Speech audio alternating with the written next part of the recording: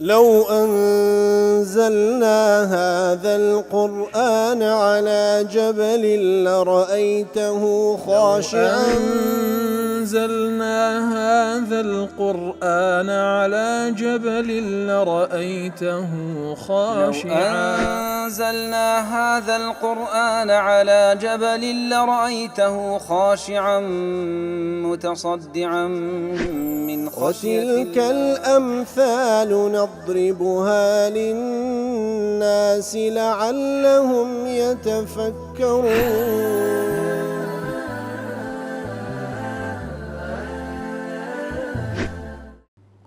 الحمد لله والصلاة والسلام على رسول الله وعلى آله وصحبه ومن والاه. السلام عليكم ورحمة الله.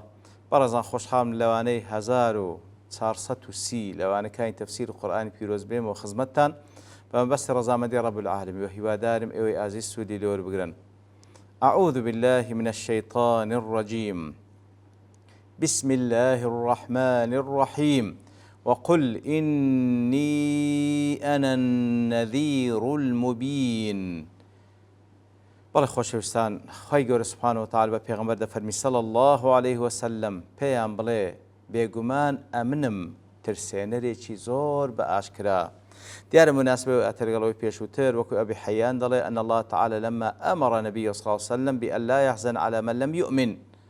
کاتێکەوە لە ئاەت پێشووتر خی گەورە فەرمای بە پێغەمبەر صلی الله عليه وسلم خفت مەخۆلەوانێکەوە ئیمان ناینن وأمره بخفض جناحه للمؤمنين. فەرمانی کرد کەوا نەرمی بنوێن و تەواضع بنوێن لە بۆ ئیمانداران. أمره أن يعلم المؤمنين وغيرهم. لێرەدا خی گەورە فەرمان پێغەمبەرەکە صلی الله عليه وسلم کەوا بە ئیمانداران و غەیری ئەوانیش ڕابگەینی أنه هو النذير المبين. کەوا پێغەمبەر صلی الله عليه وسلم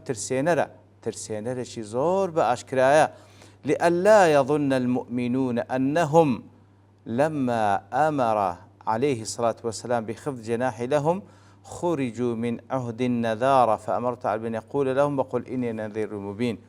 كاتب تایبەتیش ئیمانداران کاتێک کە لە ئاەت پێشووتر خی گەورە فەرمای بە پێغەمبەر صلی الله عليه وسلم تەواضع لە بۆ ئیمانداران بنوێنە، خۆ معنای ئەوە نییە ئیمانداران تەواو زەمانەتیان وەرگرت و پێویست بە پێگەیاندن و پێڕاگەیاندن یان و ترساندنیان نەما، نا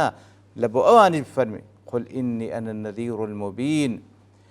بەڵێ ئیتر لە بۆ هەمووان وقل إني أنا النذير المبين لۆیە هەندێک لەم فەرسین دەفەرمون واتە یا رسول الله بە تایبەتیش بە موشریکەکان بڵێ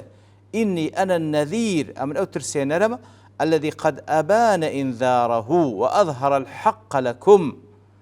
ئەو نەذیر و ئەو ترسێنەرەمە کەوا ترسانەکەم زۆر بە ئاشکرایە و حەقتان لۆ بەیان دەکەم. أنذركم عذاب الله إن لم تؤمنوا به. دەتان ترسێنم فعذاب الله تعالى قال إيمان بينينن. رازي دلي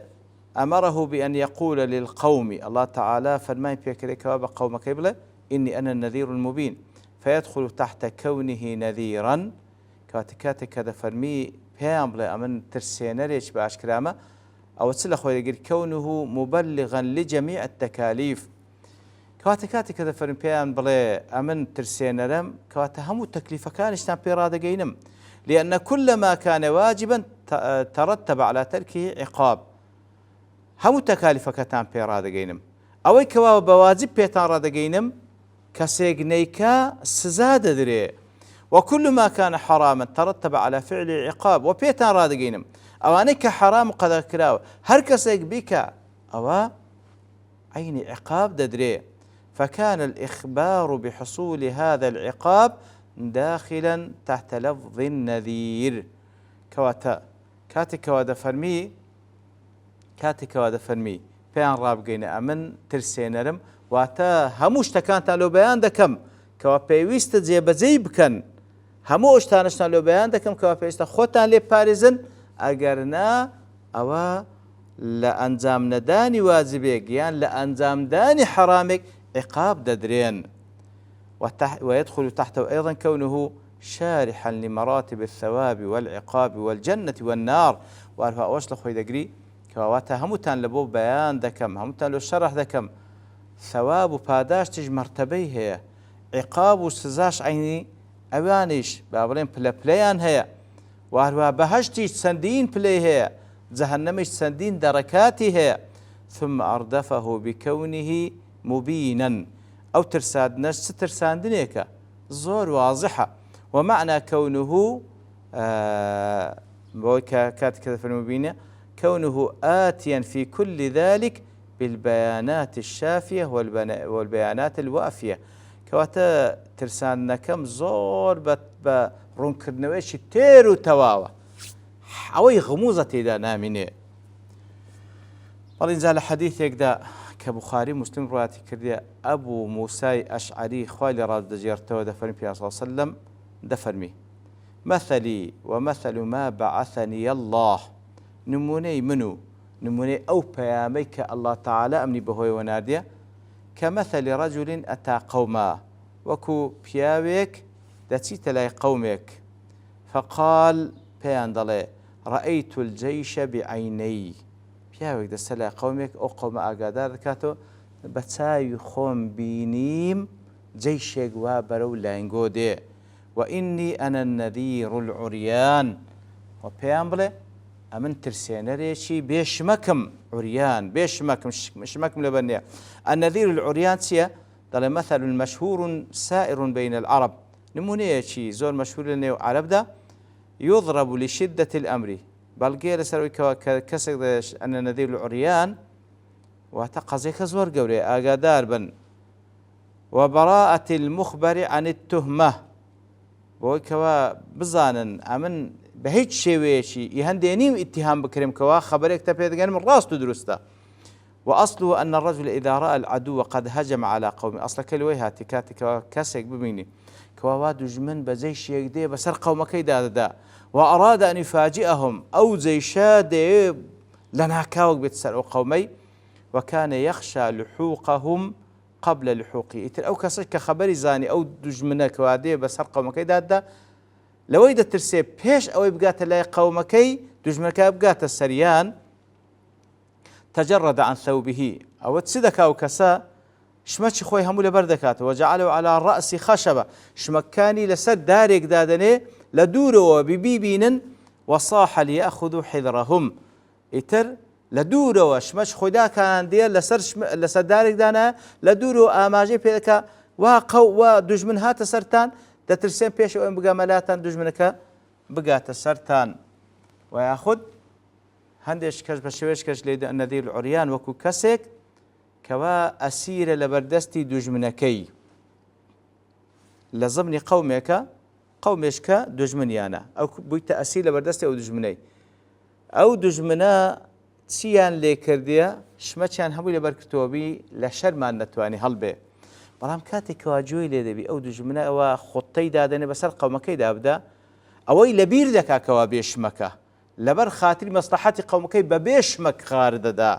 هاوار دەکا لە دوورەوە ئەم ترسێنەرێکی بێشمەکەم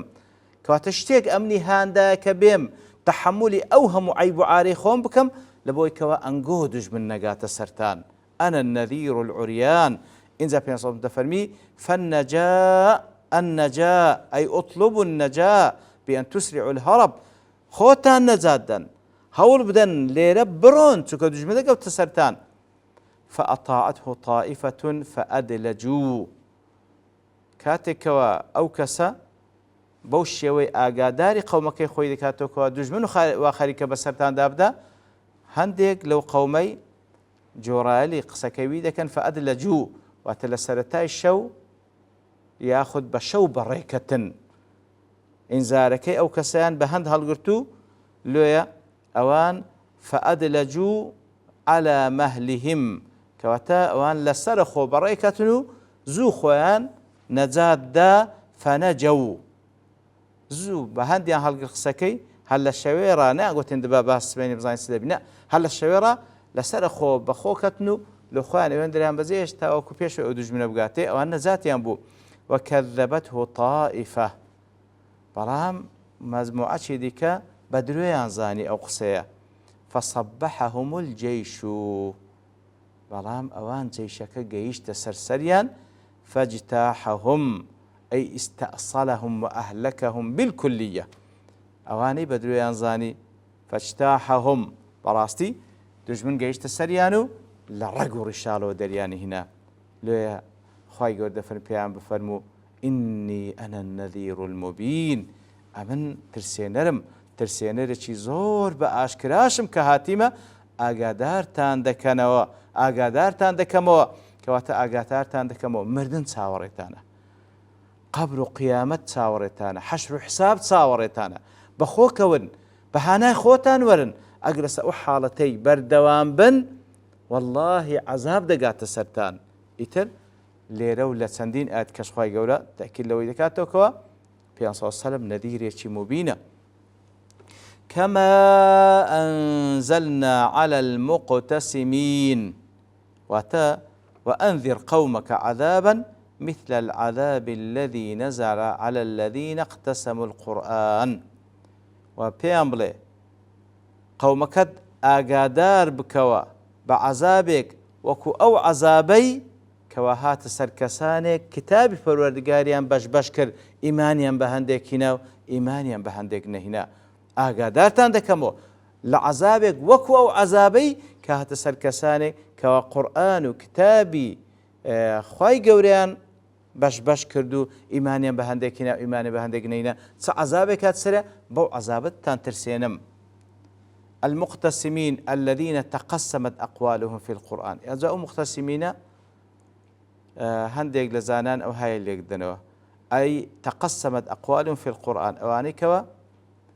قسەکانیان جیاجیە دەربارەی قورئان هەندێک لەوانە دەڵێن سەحرە والعیاذ بالله هەندێک دەڵێن کەهانە و فالسیاتیە هەندێک دەڵێن ئەساتیر الأولین و قسەی پێشینانە کەواتە وأصل قسم يدل على تجزئة الشيء كواتا كما أنزلنا على المقتسمين أواني كوا هر يكو لوانا قسيق دكا برامبر بقرآن بيروس هر يك لوانا قسيق دكا برامبر بقرآن بيروس ابن عاشور ضل ولفظ المقتسمين افتعال من قسمة كواتا مقتسم لقسمي هاتي إذا جعل شيئا أقساما واتا شتيك بكي بش كان مقتسم أواني كواشتيش يعني كتبش بش وات قرآن بيروز يعني كتبش بش وصيغة افتعال اشتدا تقتضي تكلف الفعلي كت أصل ونكي برامبر بقرآن بيروز بشي نكي بلام أوانا تكليف يعني لخوان كردية تابش بش يعني كردية أصل جملة واحدة مو وجيرة بجملة وتفصيل ومن ذهب إلى أن المشبه به هو العذاب كما أنزلنا على المقتسمين كما هر وكو عذاب ما النار دسر أواني كوا كتاب خواهي قوليان باش كر كوا تليرا لتصد دتان ترسينم أو هاو شويتي وكو أو عذابي كهات سر أو كساني كوا اقتسموا كتاب ربهم كوا تشبه كليرتي بعذاب أو عذابي كهات سر كساني بيشوتر كوا كتاب پروردگار قسم كر وكو ابن جرير واحد وابن عطية وقرطبي وابن كثير وشوكاني وقاسمي وسعدي أو هاي ليك ددانوا كواتا لير كما أنزل المقتسمين وكو أو عذابا كواتا باز لعذاب دكا أو أني كاتسل مقتسم أو هذا التنسسين بو عذابي رص عني دلي اختلفوا في متعلق الكاف في قول كما أنزل على المقتسمين كواتا أو كافة لبو تشبيهه بلام يعني باسي تصدكا بتشيد شبهيني ضل اختلاف هي هندك ضل هي متعلقة بقول ولقد آتيناك أو كما كاف كي تشبيه إلى قيبة ولقد آتيناك هي فإن أريد بالمقتسمين اليهود والنصارى أجر ليرد كواتا أجر إلى قيبة ولقد آتيناك 7 من المثاني والقرآن العظيم هي هروكو خواي جورد فرمي إما قرآن سورة فاتحة قرآن ما بتو بخشية مقتسمة كانش تشينا يهود ونصارى فالمعنى ولقد أنزلنا عليك 7 من المثاني كواتا إيما 7 من المثاني ما بتو بخشية مثل ما أنزلنا على المقتسمين هروكو داما بزان لبو مقتسمة كان أهل الكتاب كواتا وكو مقاتل هالك داتو كواتا ولقد آتيناك 7 من المثاني يعني وكما أنزلنا على المقتسمين وكو مقاتل دلي ليردا مسألة عذاب نية كتاب ما لو تدابزان يا رسول الله هل وكو كتاب من دابزان بو لبو مقتسم كان ئەوانەی کەوا کتابی پەروەردگاریان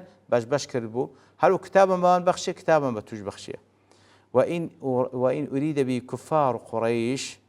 ئەگەر مەبەستیش لێرە کە باز لە کافەکە عیلاقەی بە قورئانی پیرۆز هەبی لە مقابل باسی جوولەکە و دیان ناکە بەڵکو باز لە کافرەکانی قوڕیشی دەکا فالمعنى ولقد شرفناك وكرمناك وأنعمنا عليك بسبع المثاني والقرآن العظيم يا رسول الله رێزمان لە تونا ئەو پەڕی نعمەتمان لەگەڵت کرد بۆی کەوا سبع المثاني القرآن العظيم پێت بەخشی مثل ما شرفناك وأنعمنا عليك بما أنزلنا على أعدائك المقتسمين من العذاب حيث انتقمنا لك منهم أو هاش لێک دەرێتەوە هەر وەکو نازمان لەگەڵت و بابل ناز و نعمەتمان بە تو بەخشی ڕێزمان لە تونا بە دابەزانی ئەو قورئانە بەڵام لەسەر مقتەسیمەکان کە کافرەکانن عەذابمان بەسەرەوان داباران انتقاممان لەوان کردەوە و هەروەها بە شێوازی دیکەش مفەسرین لێچیان دایتەوە بەڵام لە بەرتەوابوونی کات دەوەستین بە پشتیوانی الله تعالى لەوانەی داهاتوو دێنەوە خزمەت تەفسیری و ئاتە وصلى الله وسلم على نبينا محمد وعلى آله وصحبه أجمعين وآخر دعوانا الحمد لله رب العالمين لو أنزلنا هذا القرآن على جبل لرأيته خاشعا أنزلنا هذا القرآن على جبل لرأيته خاشعا أنزلنا هذا القرآن على جبل لرأيته خاشعا متصدعا من وتلك الأمثال نضربها للناس لعلهم يتفكرون